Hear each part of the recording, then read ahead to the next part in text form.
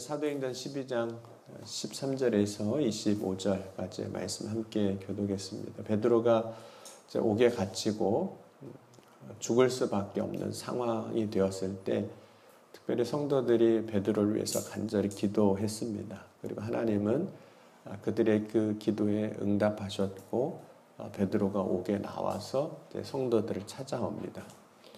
베드로는 자신을 위해서 기도해 준 성도들에게 하나님이 어떻게 옥중에서 자신을 이곳까지 오게 하였는지, 하나님이 어떻게 역사하셨는지를 상세하게 이야기를 해줍니다. 그럼 성도들이 그 베드로의 그 고백을 들었을 때, 그 이야기를 들었을 때 어땠을까요? 먼저는 아마 신기하고 놀라웠을 겁니다. 그러나 동시에 믿음으로 살 때 만나게 되는, 경험하게 되는, 혹은 어려움 가운데 베드로에게 하신 하나님의 역사를 보는 겁니다. 그리고 그것을 통해서 자신들도 그 믿음을 가지고 그 어려움의 고난들을 이겨내는 거죠. 왜냐하면 베드로에게 역사하신 하나님이나 또 그들 성도들에게 역사하신 하나님은 같은 한 분 하나님이시기 때문에 그렇습니다. 여러분, 초대교회에 역사하신 하나님, 오늘도 우리에게 역사하시는 하나님이십니다. 그러므로 오늘 우리가 오늘도 역사하신 하나님을 믿는 믿음으로 살아가실 수 있기를 주의 이름으로 간절히 축원합니다. 초대교회 성도들에게 베드로는 믿음의 증인이고 증거가 되는 겁니다. 그럼 오늘도 우리가 믿음 안에서 살아갈 때 베드로와 같이 또한 믿음의 증인으로 살아가게 해 주실 줄 믿습니다. 그럼 믿음의 증인으로 살아가기 위해서 우리가 어떻게 해야 하겠습니까? 베드로는 옥에 갇혔을 때 무엇을 했는지, 어떻게 했는지 사실 사도행전 12장에서 정확하게 설명하고 있지는 않습니다. 옥에 갇혔을 때 베드로는 어땠을까? 물론 이제 성도들이 기도한 것처럼 이제 기도했을 거라 여겨집니다. 그럼 베드로의 주변 상황에서 일어나는 일만 설명한 걸 있고 실제로 옥에서 베드로가 뭘 했다고 말하지 않거든요. 그러나 베드로가 옥에서 어떻게 했을지를 우리가 그 삶의 연속성 가운데, 그러니까 베드로의 삶의 연속성에서 볼 수 있는 겁니다. 왜냐하면 사람이 어제와 오늘과 내일을 살아갈 때 어제를 보고 그 다음을 보면 그 중간이 어땠는지를 이제 볼 수 있는 거거든요. 그래서 베드로가 옥에 갇히기 전과 옥에 갇힌 후의 삶을 돌아보면 베드로가 옥에서도 이렇게 했겠구나라고 우리가 짐작할 수가 있는 겁니다. 그럼 베드로가 옥에 갇히기 전의 상황을 우리가 다시 한번 생각해 보면 사도행전 11장이거든요. 11장에서 베드로가 환상을 보게 되고 처음에는 그 뜻이 무엇인지를 몰랐지만 성령의 인도하심을 따라 고넬료의 집에 가게 됩니다. 가서 그 환상, 부정하다고 생각했던 것들, 율법에는 먹지 못했던 것들을 하나님이 거룩하게 하셨다라고 말씀하시면서 먹으라고 하셨던 그 뜻이 무엇인지를 알게 됩니다. 그러니까 이방인을 향한 하나님의 뜻, 선교가 무엇인지를 이제 알게 된 거죠. 베드로는 그 순간, 환상을 보는 순간에는 몰랐지만 그 하나님의 거룩한 뜻을 나중에 알았던 겁니다. 그럼 오늘도 우리가 이와 같은 일들을 경험할 때가 많거든요. 꼭 환상을 보지 않아도 지금 이 시간 내 삶에 일어나고 있는 혹은 내가 경험하고 있는 일에 하나님의 뜻이 무엇인지는 잘 모를 때가 많습니다. 그때는 도대체 이게 무슨 일인지 잘 모르는 거죠. 그런데 시간이 조금 지나고 나보면 하나님의 뜻이 무엇인지를 이제 알게 되는 거죠. 그래서 그때 그렇게 하신 거구나. 근데 이러한 경험이 나의 인생에 이제 우리가 벌어질 때 동일하게 베드로에게 그랬던 것처럼 적용할 수 있습니다. 그럼 베드로가 옥에 갇혔을 때 어땠을까요? 환상을 보았을 때도 지금은 몰랐지만 나중에 다 설명이 되듯이 옥에 갇혔을 때에도 지금 나의 삶에 벌어진 일에 대해서 베드로가 다 설명할 수 없겠으나 나중에 설명되리라는 믿음을 가지고 있었을 겁니다. 그럼 그 믿음을 갖고 있다면 베드로가 옥에 갇혔을 때 그 상황에 대해서 하나님 앞에 원망하거나 혹은 조급해하거나 두려워하지 않았을 겁니다. 지금은 설명이 안 돼요. 왜 이 상황을 경험하게 되는지. 그러나 하나님이 다 설명해 주실 것을 믿는 거죠. 그 믿음을 가지고 있을 때 실제로 하나님이 역사하시고 그 역사하신 하나님을 자신을 위해서 기도했던 성도들에게 가서 다 이야기를 하고 고백하게 되는 겁니다. 그럼 베드로가 이제 옥에서 나온 후의 삶을 우리가 살펴보면 베드로가 옥에 나온 후에 자신을 옥에 가두었던 그리고 죽이려고 했던 그 헤롯의 최후를 보게 됩니다. 헤롯은 야고보를 죽이고 유대인들이 기뻐하는 것을 보았습니다. 결국에 그래서 베드로도 야고보처럼 그렇게 하려고 했던 거죠. 그런데 헤롯이 죽이려고 했던 베드로는 죽지 않고 살아나고 오히려 헤롯이 하나님의 심판을 받는 모습을 봅니다. 오늘 23절 보면 헤롯이 영광을 하나님께 돌리지 아니하므로 주의 사자가 곧 친히 벌레에게 먹혀 죽으니라. 베드로가 하나님의 심판하심을 봤던 거죠. 그럼 믿음으로 사는 일에는 생명이 있는 것이고 죄를 짓는 일에는 하나님의 심판이 있었습니다. 그러면 앞서도 담대하게 베드로가 복음을 전했지만 이제 베드로는 더 담대하게 복음을 전할 겁니다.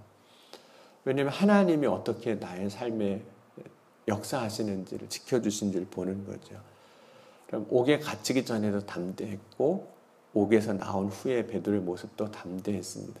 담대함과 담대함 사이에는 뭐가 있을까요? 연속성에서 보면 담대함인 거죠. 그러므로 베드로가 옥에서 갇혀 있을 때에도 담대하게 두려워하지 아니하고 하나님의 때를 기다렸을 겁니다. 그럼 믿음은 우리에게 담대함을 줍니다. 때로는 우리 삶에 여러 가지 시험이 오기도 하고 고난이 찾아오기도 합니다. 그러나 우리가 믿음 안에 있을 때 모든 것을 다 넉넉히 이기게 하는 거죠. 베드로는 모든 것을 이기는 승리의 삶이 무엇인지를 성도들에게 그리고 오늘 저와 여러분에게 보여주고 있는 겁니다. 그럼 베드로가 승리의 삶을 사는 것을 보여줄 때 그 고백을 듣는 성도들 기뻤습니다. 그리고 오늘 우리도 믿음 안에서 승리의 삶을 살아갈 때 우리의 삶의 이야기를 듣는 사람에게 다 기쁨이 되는 거죠. 물론 이제 사도행전에서 이제 베드로는 오늘 말씀 보면 이제 무대에서 사라지기 시작합니다. 오늘 한번 그 24절, 25절은 다시 한번 읽겠습니다. 24절, 25절입니다. 하나님의 말씀이 흥왕하여 더하더라. 바나바와 사울이 부조하는 일을 마치고 마가라는 요한을 데리고 예루살렘에서 돌아오니라. 12장 23절 이후까지 물론 헤롯이 죽는 장면까지를 치면 19절까지겠지만 사도행전 1장부터 12장까지는 베드로가 등장하는 거죠. 베드로가 교회 안에서 중요한 역할을 하고 있는 겁니다. 그런데 이제 베드로가 이 무대에서 사라집니다. 그러니까 무대에서 사라졌다 그러니까 좀 이상할 수도 있겠지만 이 하나님의 이 선교의 역사 안에서 하나님의 역사 안에서 지금 사도행전 안에서 그 중심에서 이제 벗어나기 시작하는 거죠. 그 이유는 이제 바울이 등장합니다. 사울이 등장하기 때문에 그러는 거예요. 베드로는 유대인 선교에서 이방인 선교가 어떻게 이루어지는지 그 중간 역할을 하고 있다면 하나님께서 바울을 통해서 이방인 선교가 새롭게 어떻게 시작되는지가 이제 13장부터 보여주고 있는 겁니다. 무대에서 잠시 뒤에 빠집니다.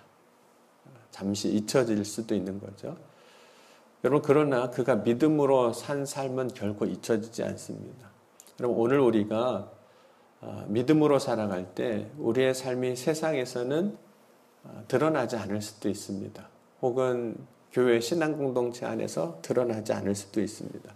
그런데 그 믿음의 삶은 결국에는 모든 사람에게 기억이 되고 또한 도전이 되고 위로가 될 겁니다. 중요한 것은 내가 나의 삶의 자리에서 믿음으로 살아가는 것 그것 자체입니다. 믿음으로 살아갈 때 하나님은 하나님이 일하시는 것을 느끼고 분명히 우리에게 경험하게 하실 겁니다.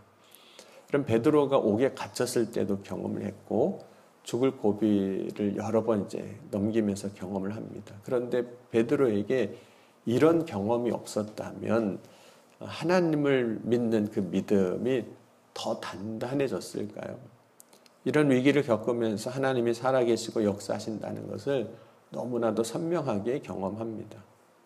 그래서 신앙이 세워지는 과정을 보면 위기를 통과하는 경우들을 참 많이 봅니다. 고난을 통과하는 거죠. 그럼 우리가 인생에서 경험하는 위기는 위기로 끝나지 아니하고 우리의 믿음을 다시 세우는 기회가 될 때가 많습니다. 그리고 위기를 기회로 만드는 것은 우리가 어떤 믿음을 갖느냐 하는 것입니다. 그럼 위기 때 역사하신 하나님을 경험했던 베드로는 믿음의 증인으로 더 분명하게 서게 됩니다. 그럼 베드로가 예수님의 제자로 물론 예수님과 동행하면서 하나님이 역사하시는 것도 경험을 하지만 예수님으로부터 복음을 듣고 전하는 전도자가 되는 거거든요. 복음을 듣고 전하는 전도자가 됩니다. 그런데 오늘 이제 12장을 통해서 베드로는 예수님으로부터 복음을 듣고 전하는 전도자가 아니라 내가 이제 경험한 복음을 전하는 전도자가 되는 겁니다. 그런 들은 것을 전하는 것에도 힘이 있습니다. 그렇죠? 우리가 들은 것을 전하는 것도 힘이 있거든요. 그런데 내가 경험한 복음을 전하는 것은 어떨까요? 더 힘이 있는 겁니다. 들은 것을 전하는 것도 힘이 있지만 내가 진짜 경험한 것, 복음을 경험하는 것, 더 힘이 있습니다. 그리고 그 경험한 복음이 더 분명하게 되는 거죠. 그럼 오늘 저와 여러분의 믿음이 베드로의 믿음과 같이 되어질 수 있기를 주임으로 간절히 축원합니다. 들어서 아는 믿음과 내가 실제로 내 삶에서 경험을 통해서 전하는 복음, 이 두 개의 그 복음을 가지고 오늘도 어떤 상황에서든지 어떤 형편에서든지 넉넉히 이기는 저와 여러분이 될 수 있기를 주임으로 간절히 축원합니다. 오늘 말씀을 통해서 두 가지를 한번 다시 돌아봤으면 좋겠습니다. 나는 어떤 믿음의 연속성을 갖고 있는가? 어제의 믿음과 오늘의 믿음과 내일의 믿음을 우리는 어떻게 볼 수 있는가? 두 번째로는 내가 경험한 복음을 가지고 확실한 믿음 위에 서서 복음을 전하는 증인의 삶이 되게 하옵소서. 이 기도 제목을 가지고 오늘도 함께 기도함으로 승리하는 저와 여러분이 될 수 있기를 간절히 바랍니다. 기도하시겠습니다. 지금도 살아계시고 역사하신 하나님, 오늘 이 새벽에도 주님을 바라고 소망하며 믿음으로 나아갑니다. 이 새벽에 담대한 믿음을 주셔서 어떤 상황, 어떤 형편에서든지 살아 역사하신 하나님을 전하는 믿음의 증인으로 서게 하여 주옵소서. 내가 경험한 복음을 가지고 확실한 믿음에 있어서 흔들리지 않는 삶을 살길 원하오니 주여 오늘 이 시간 나의 삶 가운데 만나주시고 역사하여 주시옵소서. 내가 만난 고난과 위기가 있다면 이 시간 기도하는 가운데 하나님께서 형통케 하시고 하나님이 이루시는 역사를 보게 하여 주옵소서. 연약하고 병든 것이 있다면 이 시간 주님께서 친히 치료하시고 고쳐주셔서 오늘도 내 삶에 역사하신 하나님을 경험하는 믿음 위에 서게 하여 주옵소서. 막힌 것이 있다면 주님께서 열어주셔서 주님의 역사하심을 통하여 살아 역사하시는 주님을 증거하는 믿음의 증인으로 서게 하여 주옵소서. 오늘도 주님께서 각 사람 가운데 역사하시고 행하여 이루어 주실 때 오늘 우리의 마음에 기쁨이 넘치게 하시고 찬송이 넘치게 하여 주실 것을 믿사오며 사랑이 많으신 우리 주 예수 그리스도의 이름으로 감사하며 간절히 기도하옵나이다. 아멘.